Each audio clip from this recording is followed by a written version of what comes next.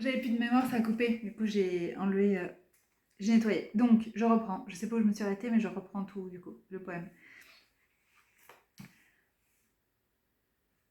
Levant les yeux, Balaam vit Israël établi par tribu. L'Esprit de Dieu vint sur lui et il prononça son poème. Il dit: Oracle de Balaam, fils de Béor, oracle de l'homme au regard pénétrant, oracle de celui qui écoute les paroles de Dieu.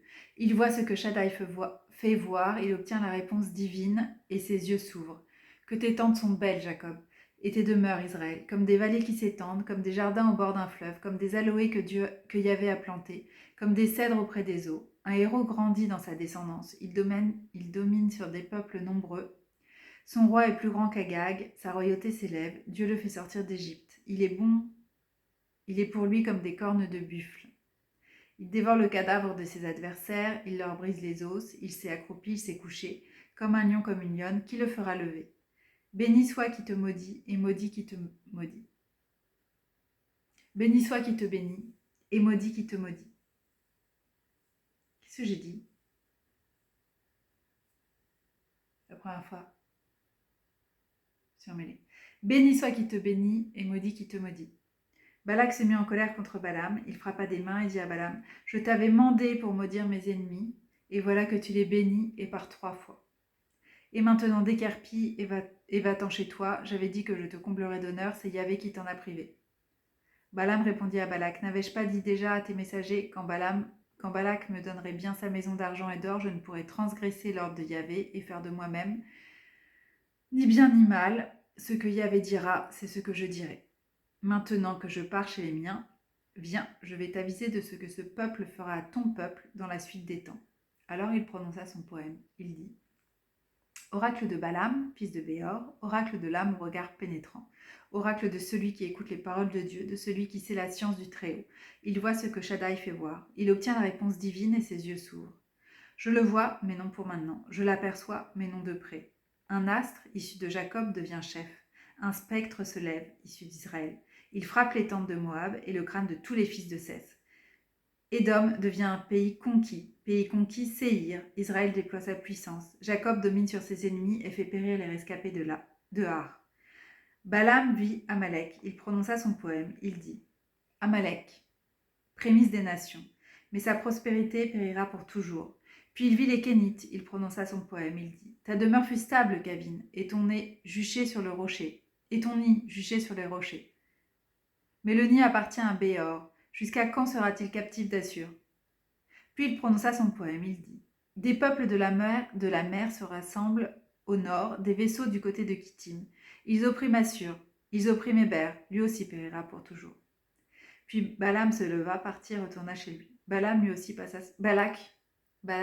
passa son chemin.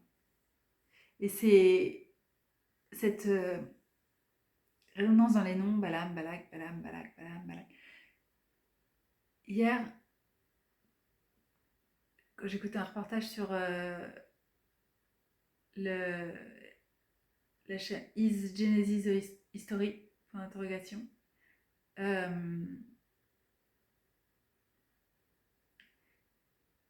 y avait une personne qui parlait, qui disait en hébreu, ça fait des sons, quand vous lisez ce passage-là, et il y a des sons qui se répètent, et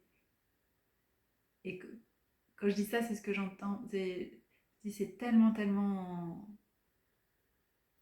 euh, intentionnel, ces noms qui se.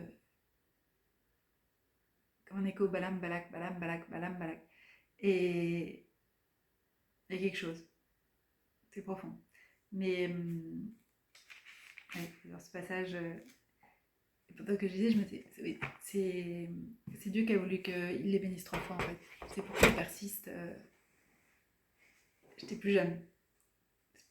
Maturité, compréhension de l'étude des voies divines et de ce qui révèle dans la Bible. Pourquoi est-ce qu'il écrit les choses, enfin, qu'il n'y a rien au hasard. Le fait que l'âne, c'était au milieu des vignes, voilà, encore un truc que j'avais pas retenu. Il y en a qui disent que l'ange du Seigneur, pendant que je me suis dit, ah tiens, frère, c'est le Seigneur tout court parce que il a laissé Balaam s'incliner devant lui. normalement, ils disent te prosterne pas devant moi. Dans l'Apocalypse, en tout cas, c'est ce qu'ils disent. Ne me vénère pas. Les anges sont pas du tout censés être vénérés.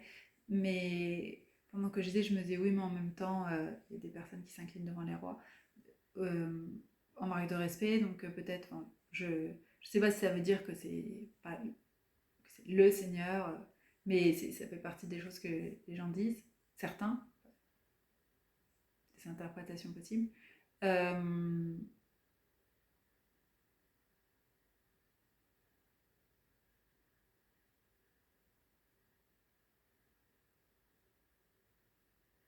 que j'ai appris, c'est que ce qui est important, c'est d'avoir les yeux rivés sur lui et sur le salut et amener les autres vers lui en fait. Et c'est ce genre de...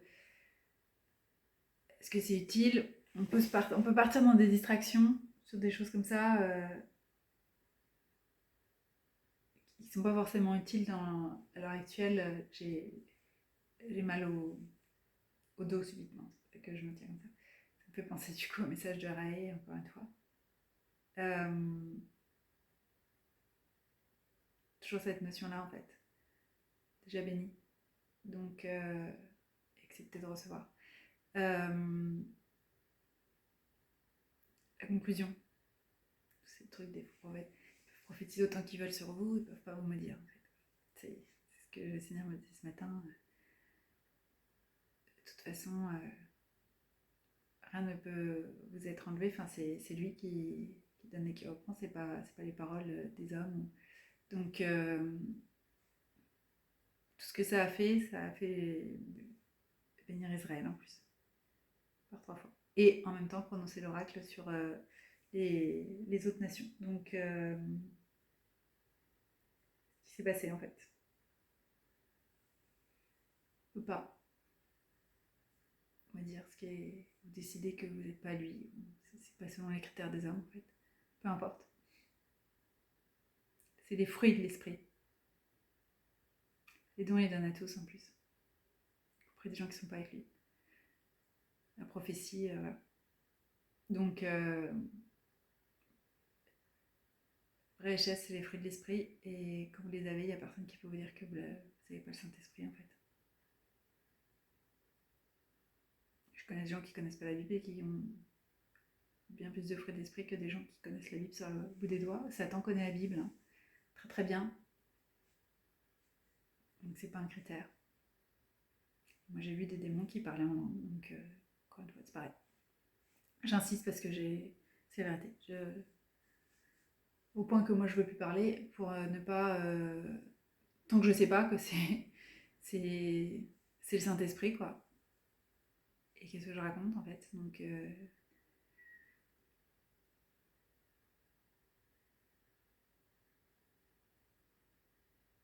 c'est pas forcément une bonne approche, hein, mais ça fait partie du vécu.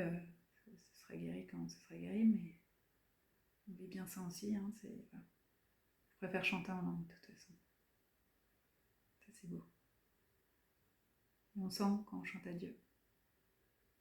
Quelle que soit la langue. Donc là au moins je sais que je suis dans le cœur et voilà. Pour lui en fait c'est entre vous et lui. Mais ouais, j'aime pas ces messages qui enferment comme ça, qui détachent de lui, qui font croire que vous êtes pas assez. C'est fou. Et donc pour finir, la boucle qui a commencé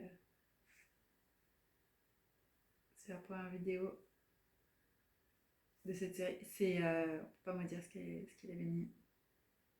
Et qui me dira sera maudit, qui bénira sera béni. C'est qu'il a mis sur vous.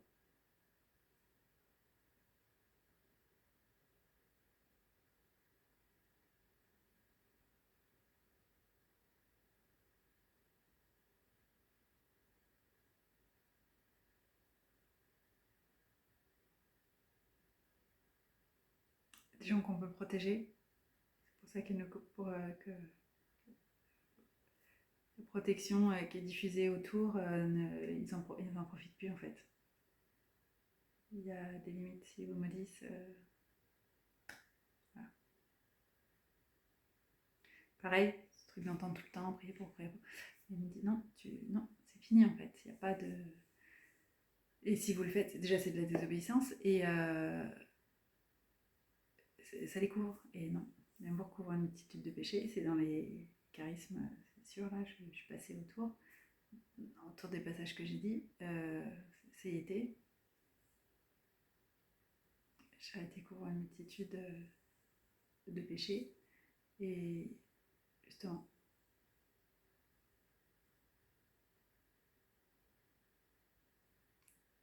jusqu'au moment où il. Non. Des personnes, s'il est laissé, comme Pharaon, en fait, comme cet esprit-là, passerait leur vie à vous pourchasser, en fait. Faire en sorte que vous n'arriviez pas là où vous êtes destiné à être, que personne. C'est absurde. Euh, c'est pas entre leurs mains. On ne demande pas s'ils sont d'accord ou pas. Dieu ne s'en fiche complet s'ils sont d'accord ou pas. Euh, c'est dommage pour eux, mais ça change rien. Et ils peuvent pas du tout atteindre quoi que ce soit dans leur vie, mais ils essaieront jusqu'au bout en fait, jusqu'à temps, le dernier souffle de vie. C'est des voies à ça. Et il n'y a pas de. Qui refusent la rédemption, de changer leur voie et tout ça. De pas voir les choses autrement.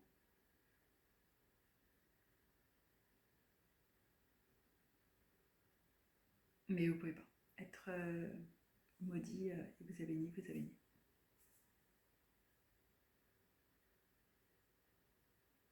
C'est que c'est pour une personne et d'autres.